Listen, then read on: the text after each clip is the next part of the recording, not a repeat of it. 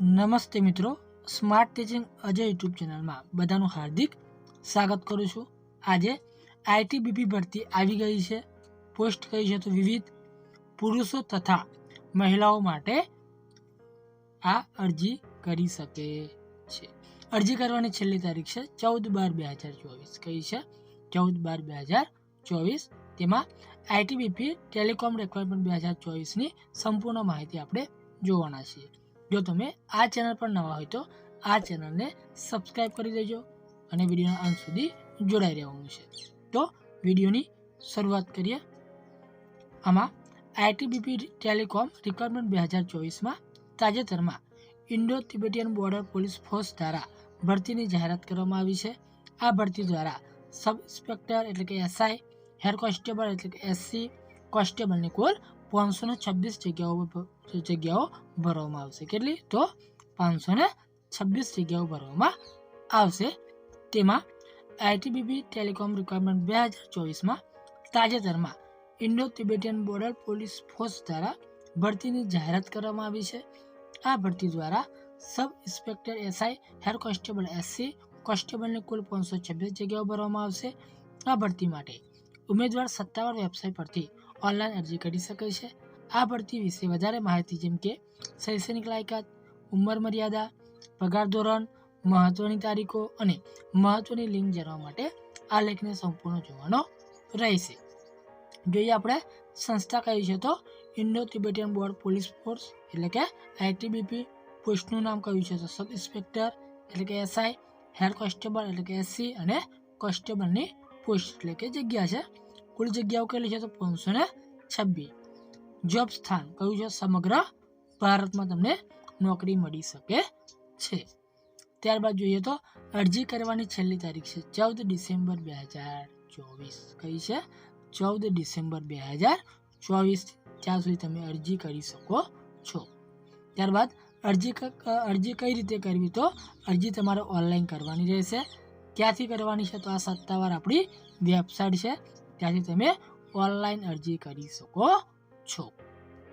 ત્યારબાદ શૈક્ષણિક લાયકાત જોઈએ તો સબ ઇન્સ્પેક્ટર ટેલિકોમ શૈક્ષણિક લાયકાત જોઈએ એમની તો Indo Tibetan border police force દ્વારા જાહેરાત કરવામાં આવેલ આ ભરતીમાં સબ ઇન્સ્પેક્ટર એટલે કે ટેલિકોમની પોસ્ટ માટે ઉમેદવારે બીએસસી, બીટેચ અથવા બીસીએની ડિગ્રી મેળવેલ હોવી જોઈએ. આ મુજબની લાયકાત ધરાવનાર ઉમેદવાર સબ ઇન્સ્પેક્ટર એટલે કે ટેલિકોમની પોસ્ટ માટે અરજી કરી શકે છે. તેમાં બીજું છે આપણે સબ ઇન્સ્પેક્ટર ટેલિકોમના કુલ જગ્યાઓ કેટલી છે તો ઇન્ડો તિબેટિયન પોલીસ ફોર્સ દ્વારા જાહેરાત કરવામાં આવેલ આ ભરતીમાં સબ ઇન્સ્પેક્ટર ટેલિકોમની કુલ જગ્યા કેટલી છે તો 92 જગ્યાઓ ભરવાની છે. કેટલી? તો 92 જગ્યાઓ ભરવાની છે. ત્યારબાદ કોન્સ્ટેબલ ટેલિકોમ જોઈએ તો એની શૈક્ષણિક લાયકાત જોઈએ તો Indo Tibetan police border police force દ્વારા જાહેરાત કરવામાં આવેલ આ ભરતીમાં કોન્સ્ટેબલ ટેલિકોમની પોસ્ટ માટે ઉમેદવારે 10મું પાસ કરેલું હોવું જોઈએ. આ મુજબની લાયકાત ધરાવનાર ઉમેદવાર કોન્સ્ટેબલ એટલે કે ટેલિકોમની પોસ્ટ માટે અરજી કરી શકે છે.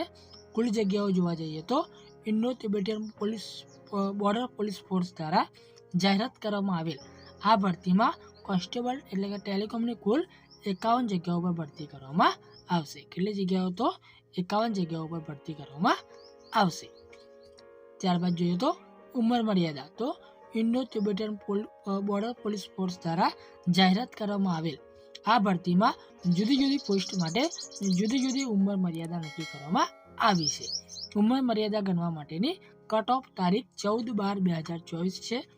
તેમાં ઉંમર મર્યાદામાં ઉમેદવારને નિયમો અનુસાર છૂટછાટ આપવામાં આવશે.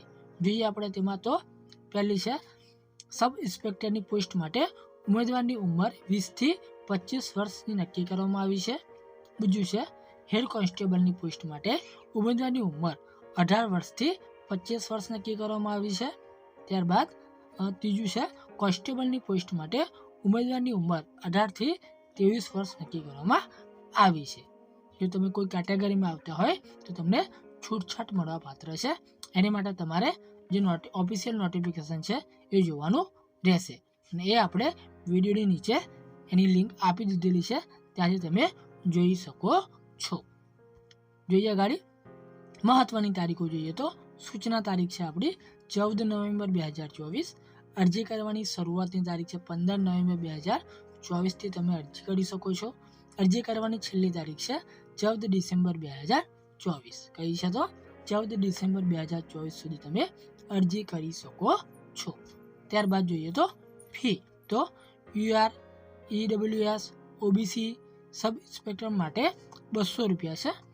UR EWS OBC SC count post માટે 100 રૂપિયા.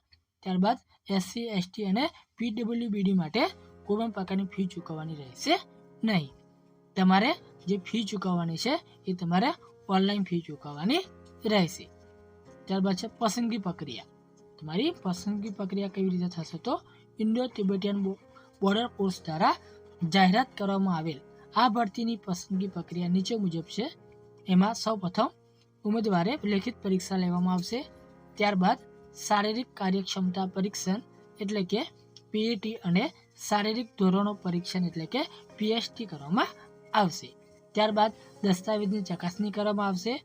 ત્યારબાદ ઉમેદવારની તબીબી પરીક્ષા કર્યા બાદ જે ઉમેદવાર છે તેની પસંદગી કરવામાં આવશે.